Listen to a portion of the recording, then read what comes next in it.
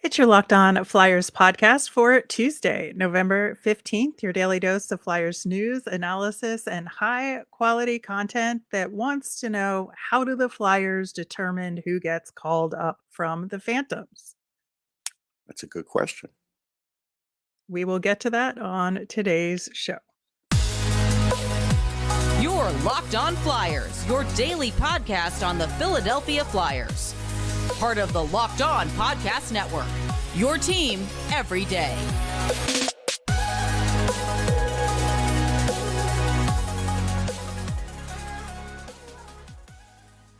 Hello in Flyers land. I am Rachel Donner. You can find me on Twitter at rmiriam. I'm here as always with the brilliant Russ Cohen, who's on Twitter at Sportsology. Thanks for making us your first listen every day. You can follow us on Twitter at Locked On Flyers. That's where you'll keep up to date on our episodes and Flyers news. You can email the show at lockedonflyers@gmail as well. On today's show, we are going to talk about the recall of Max Willman and sending Tanner Laczynski down and what that means in terms of call-ups for the Flyers overall. We're going to dig into the week that was for the Phantoms, then a quick preview of Flyers versus Columbus Part 2. They are a broken team, and I don't even know if we'll have time to talk about all those injuries, but we will do our best. Locked On Flyers is free and available on Apple Podcasts, Spotify, Odyssey, wherever you are listening. So subscribe. You'll get all of our episodes here on the Locked On Podcast Network. Plus, we're over on YouTube, so subscribe there as well. Russ, I have to say, sometimes what the Flyers do surprises me with these call-ups and send-downs. This did not one single bit. No. And the recall of Max Willman, we talked about him last week on this very show when we were discussing the Phantoms and that he had a really good week and was progressing and kind of was in a state where it seemed like, he was back to his old self. And then with Tanner Laczynski, he's been kind of on the outs in terms of being shuffled around the lineup, that he's kind of been the last consideration when they're putting together the lineup in terms of plugging in different spots to deal with different situations that have come up, most recently the Wade Allison injury. And I think it begs the question for me, first off, what can Tanner Laczynski do to get back up to the Flyers? And has he given ample opportunity to keep his spot in the Flyers in the first place? Well, I mean, he's given some opportunity, 12 games. That's more than some might give, but is it ample? No. I mean, ample to me is like you got to give a guy 25, 30 games if you want to really evaluate him where he's at for a particular season. And that means playing him all the time, not scratching him, whatever. But it's not going to, the coach isn't going to do that. So, in the coach's mind, it's ample. It's probably more than ample because he started complaining about him 2 or 3 games ago. So that's sort of where that's at. With Willman, he's got a few things going for him. He always was good away from the puck. He's 27, so he's older. He's a little more mature. Can he put points on the board? I don't know. I'm not sure he can. He hasn't put up a lot in the AHL. So again, is the coach going to solve or fix the loss of points or point generation from Allison by bringing up Willman? No, probably not. But will Willman play okay and do enough to stay at the NHL level? Yeah, he probably will. He did that for a long stretch last year. So to me, it's kind of like he has earned this call up, but in my mind, he's got to show some scoring. But in the coach's mind, he just doesn't have to do anything really wrong, and he could stay up there for a while.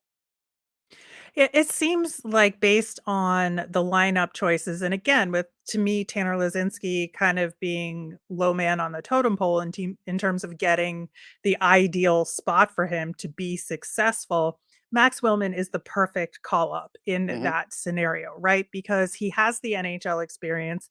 To your point, he's older. He can play aggressively. In a perfect scenario, he will get some points, but he has been playing very well in the AHL right now, and he is a kind of reliable fourth liner. Mhm. that they can call up. And I think that Tortorella and the coaching staff want little room for doubt right Right. now, that they just want the devil you know. Mhm. And Max Willman has been up enough with the Flyers that there's enough evidence to show that he can hang and that he's not going to be a detriment to the team. He's going Right. to be able to be plugged in wherever you want and he'll make do. Yeah. Yeah, no question. I just don't think he'll solve, some of the scoring issues there, but he'll give him solid play. Yeah, I think so as well. And that sort of, both the question, what is the Flyers' philosophy on call-ups right now? Is it that very thing where they just want guys with a little bit more of NHL experience that they know aren't going to make big mistakes, that have been playing well decently, as opposed to giving the prospects more of a shot? Yeah, it's going to be, mature, plays away from the puck, good on the forecheck, then we'll worry about offense later. Offense is secondary on this team. Like, I think you know that. I mean, we could see that. Now, it doesn't mean they don't generate offense. It doesn't mean like someone like Connecty or Hayes can't get the offense.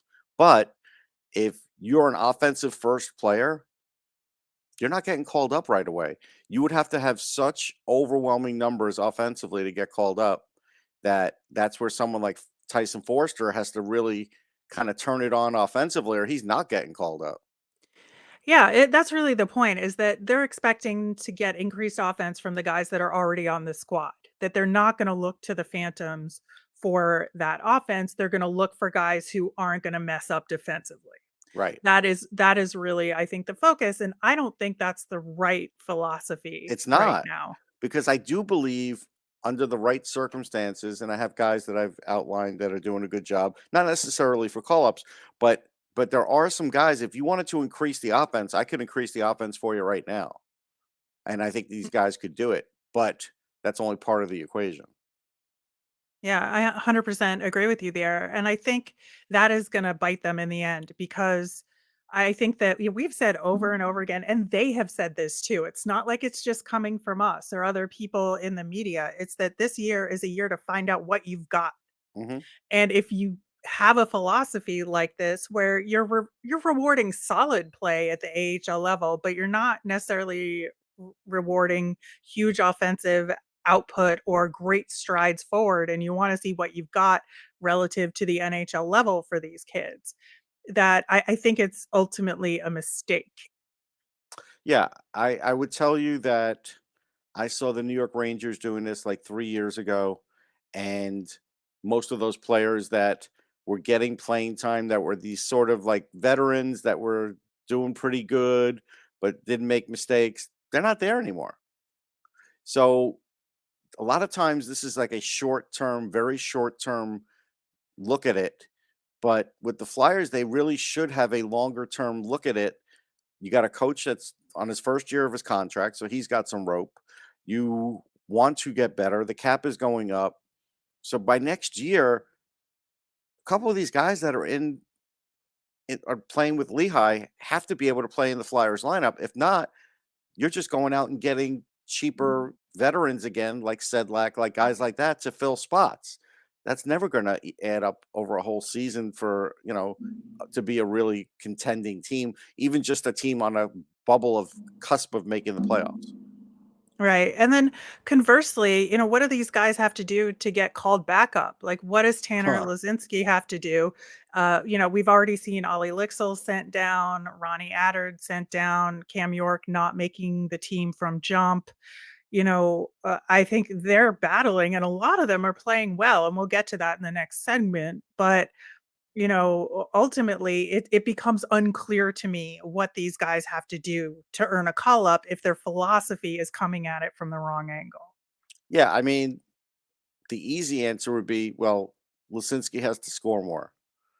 Like he has to score more, and if he doesn't, they're going to just keep rotating until they find someone who does. Like I know that sounds crazy, but that's sort of like what they're doing because the coaches basically said, "I'm looking for secondary scoring," and he's kind of put the help wanted sign out for that. But it's not that easy. Like to get that Mhm. scoring, you are going to have to sacrifice some of those other things. You're going to have to deal with some mistakes. You're going to have to but he doesn't want to. So based on that, it's going to be very hard to fill this secondary scoring. So like you said, he is going to expect most of the veterans to do it. But in hockey in the 21st century, that's really not the case anymore. Look at how many teams have young players producing. Like you have to get some that are going to produce for you. Well, we're going to talk about some of those options and the Phantoms weekend overall coming up next. But first, today's episode is brought to you by BetOnline. BetOnline.net is your number one source for sports betting information, stats, news, and analysis. You can get the latest odds and trends for every professional and amateur league out there, from football to basketball, soccer, esports, and of course the NHL. We've got it all at betonline.net. And if you love sports podcasts like ours, you can find those at BetOnline as well. We're always the fastest and easiest way to get your betting fix. So head to the website today or use your mobile device. You can learn more. Bet online, where the game starts. Check out Locked On Sports today. From the games that matter the most to the biggest stories in sports, go beyond the scoreboard and behind the scenes with local experts and insights only Locked On can provide. Locked On Sports today, available wherever you get your podcasts.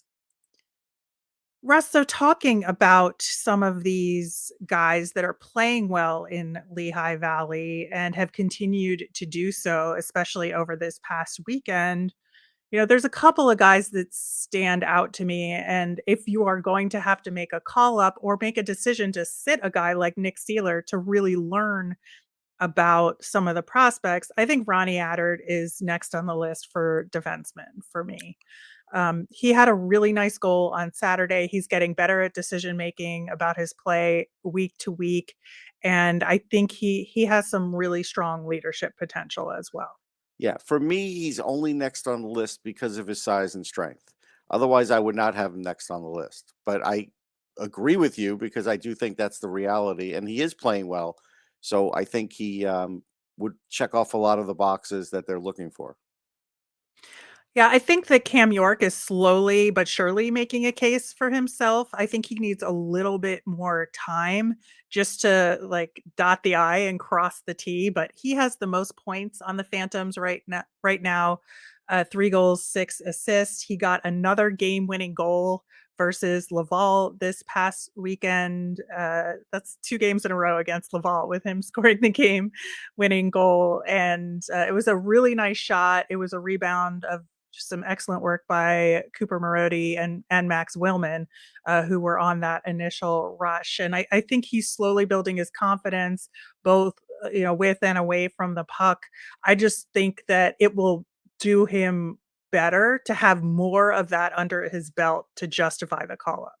So he's going to be 22 in January, right? And so, I looked at him a lot for what he's doing, and he's doing everything you'd want him to do in the offensive zone, on the power play, all of that, right? So if you were the Flyers and your power play has gone bad, like it has, he would cure that.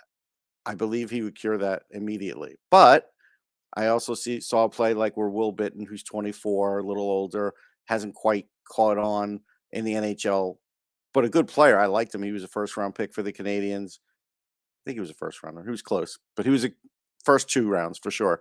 He hit York in the corner, not in the corner, but like on the boards, and took away the puck. Coach isn't going to like that. So Cam York, in my mind, could lead the team the whole year and have like 45 points, 50 points, maybe even 60 points, and not get called up because of that aspect, because that's going to take a whole summer to figure out, because of what the coaching staff is looking for at the NHL level. I think that's a good point. And, part of my wanting him to stay down there is to clean up some of that stuff and hmm really make a stronger, like open and shut case for himself. Maybe he's ready in January. And I just think that to call him up now, even though it does help the Flyers power play situation, I don't think is in the best interests of Cam York long term. I think he needs a little bit more time down there just to eliminate any doubt so that Torts says, oh, he made one mistake. I'm going to send him right back down. Yeah, I don't disagree with that. I think you're right. I think at some point, though, management and the coach need to huddle up and really tell them what they think Cam York is long term. Because, Torts doesn't know. He just knows what he sees. I think he needs some guidance as to what Cam York is going to be long term. Because, again, Cam York is not going to turn into a physical, rock solid defenseman on the defensive end. He's just not. He's going to get Well, better neither at is it. Tony DeAngelo. And so, like, you have Correct. to think about all of these things that nobody is perfect defensively. Right. And I think that's a great thought. But because Tony DeAngelo has figured out how to play in the NHL, he's got the edge over a guy like Cam York, who, he had 10 points when he was up. It's not like he had no points. So yeah, that's the battle. Yeah, I agree with you there. I think that guys like Elliot Desnoyers and Zayde Wisdom are making progress. Love what they're doing. They should be sticking down there for the duration. They should. I'll talk Uh, about Wisdom because yeah, he definitely has picked his play up, and I think that still goes in line with recovering from that shoulder injury. I like that he's showing more playmaking now. He's winning corner he really battles. is. He's showing more playmaking. I think his looks have been really good. He is hitting guys. So I think, you're getting what you would want to get out of him. And yeah, he needs that whole season because he didn't play much last year. So, that would help. Yeah, he has 4 assists on the season so far, and that's all been in the last 4 games. He Yeah. had 2 assists in 1 game and 1 assist in 2 other games, and so it's really showing his progression, and I think you're spot on with the playmaking. It's really making a difference, and he did all of the hard work to set up the play, Yes. for Jackson Cates and Ronnie Attard for the first goal on Saturday. Wouldn't have had the chance without what he did. Yeah, especially the Cates one. I agree. I mean, it is just good work. So good for him. Yeah, and then I just don't see anybody else that's quite ready yet, in my opinion. Now, with their philosophy, who knows? Maybe they'll call up an Olle Lycksell again, I don't think but he's he's gonna get a kind of at call the up. no, he's at the bottom of the list, I was gonna say, because he's Yeah. already had his shot, right? So there isn't really anybody else, in my opinion, offensively that isn't somebody a little older, like Willman, like Hayden Hodgson, that But is good. there is one. It's Cooper Marody, who was out for a month with an Well, injury. that is a good transition because I did wanna talk about Cooper Marody. Yeah. So he, now that he's healthier, has, looked good, has started to pick it up. He is 25. And so he could be that guy. He's not the biggest guy, but he does play hard. But again, he does play a two-way game, but he is not like a rock solid physical guy. But he is a Mhm. guy that has a good shot and is smart. At some point, he could be a very good call up for the Flyers because he could be that guy that could even stick for the rest of the year because he does a few of those other things that are really good. I think Olle Lycksell could get called, like he could be on my team anytime, but I don't know if he could be on Tortorella's team yet. That's the problem. Right. Yeah, with Cooper Marody, I mean, he's only been back for 3 games Yeah. from the injury, and he's already got a goal and 2 assists, and he's been playing really well, Yeah. making things happen. So I would not be surprised because you're right. He is, just what we've been talking about. He's a little older Hmm. and he, spent a lot of time in the Oilers organization and in Bakersfield and really just gets it in terms of what the differences are between the NHL and the AHL and what he would have to do at the NHL level. And just hopefully he stays healthy and his progression continues because I think he might be a good option moving Hmm. forward. Agreed. So I think that, given all of that, the Phantoms are continuing to be in a pretty good spot. They won both of their games this past weekend. I mentioned, Cam York got that game-winning goal against Laval. They also won against Springfield 2-1 on Friday. And, there's some ups and there's some downs with this team, but I think ultimately, the trend is in the right direction. But this upcoming weekend is going to be a huge test for them, facing a couple of much better teams. And we are going to talk about that next. Today's episode is brought to you by Simply Safe. Did you know that over the holidays, property crimes like burglaries and package thefts spiked nationally? That's why our friends at Simply Safe Home Security are offering 50% off their award-winning security system so that more families can feel safe and secure this holiday season. Order your Simply Safe system for half off today and enjoy advanced security and greater peace of mind of the holiday season. Simply Safe's advanced technology is what I love the most. I can control the system from my phone with the app and even watch on an HD live stream from the security cameras or monitor the wide variety of high-tech sensors in every room. In an emergency 24/7 professional monitoring, agents use Fast Protect technology exclusively from Simply Safe to capture official evidence and verify the threat is real so you can get priority police response. Don't miss your chance to save big on the only security system I recommend.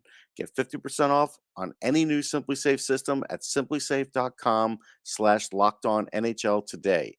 That is their biggest discount of the year, so don't wait. That's simplysafe.com/lockedonnhl.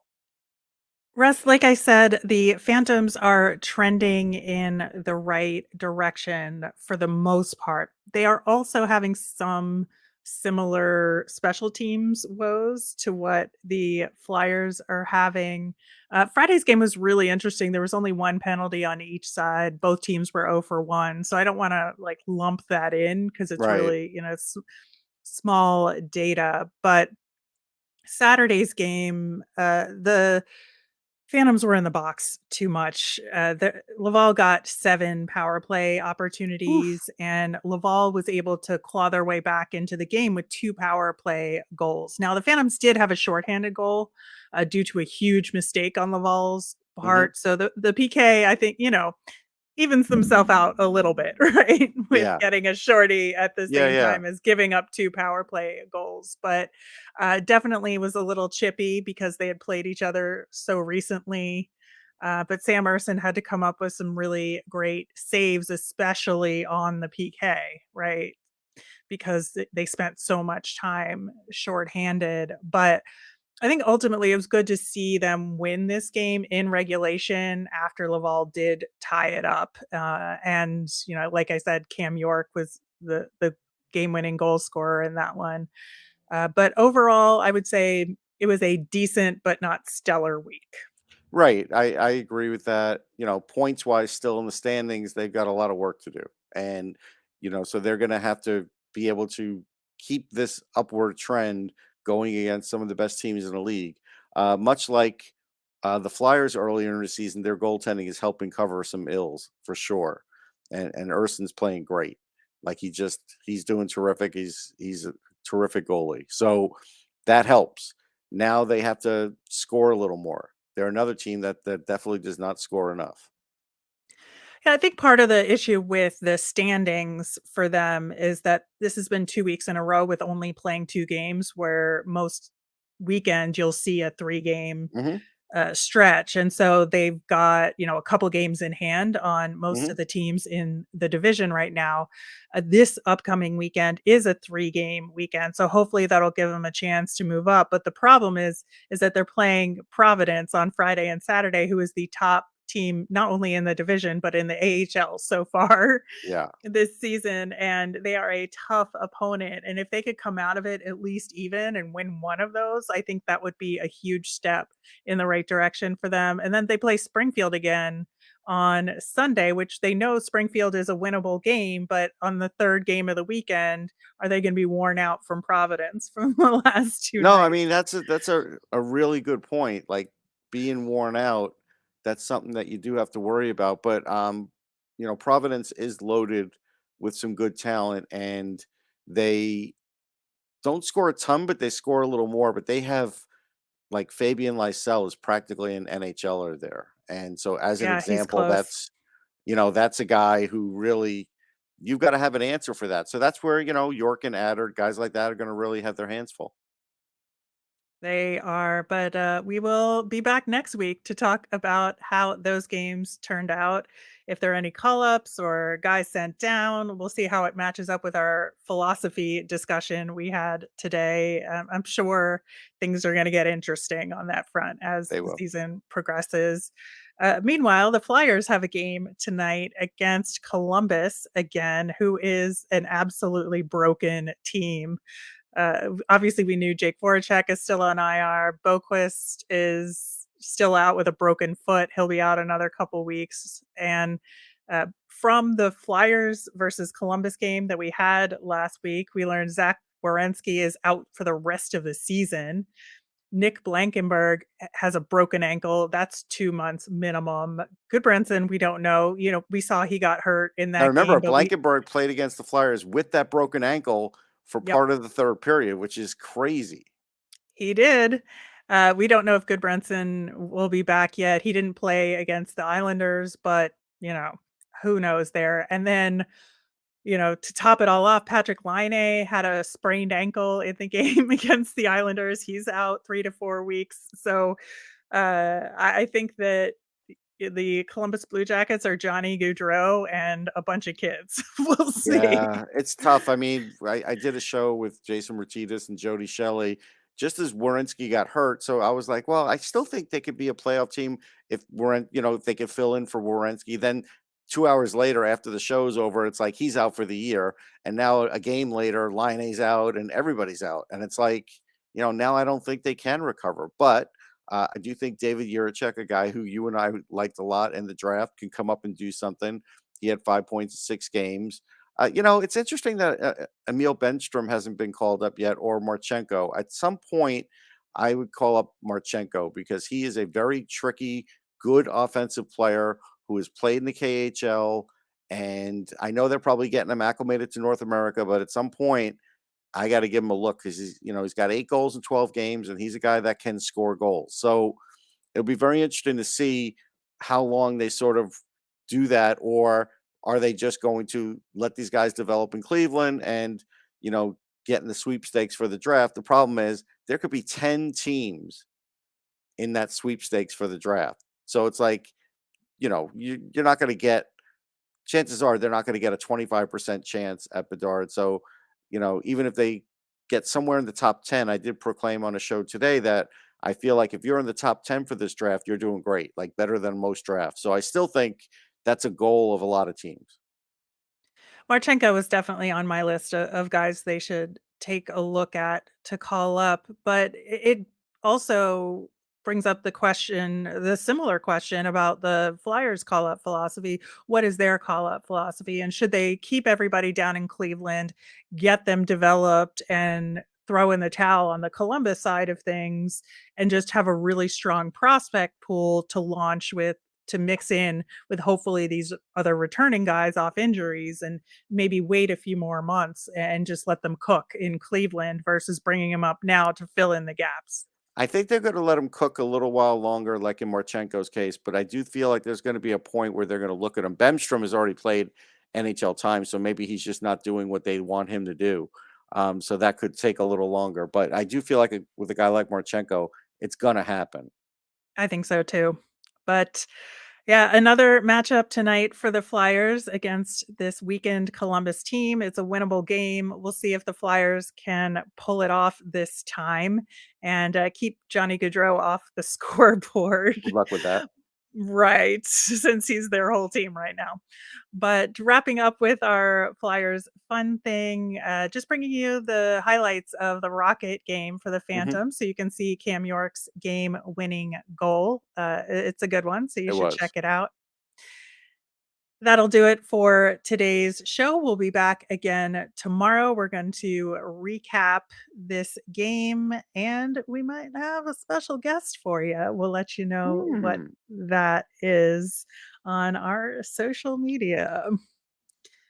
As a reminder, we always want to hear from you. Send in your questions via Twitter at Lockdown Flyers. You can email us at lockdownflyers@gmail. I'm Rachel. I'm on Twitter at rmiriam. That's RMIRIAM. I'm Russ. I'm at Sportsology, and always remember to eat those licorice chuckles, kids. at SPORTSOLOGY. Thanks for making Locked On Flyers your first listen every day. For your next listen, check out the Locked On Sports Today podcast. It's the biggest stories of the day, plus instant reactions, big game recaps, and their take of the day, available on Odyssey, YouTube, and wherever you get your podcasts. Have a great day, everyone.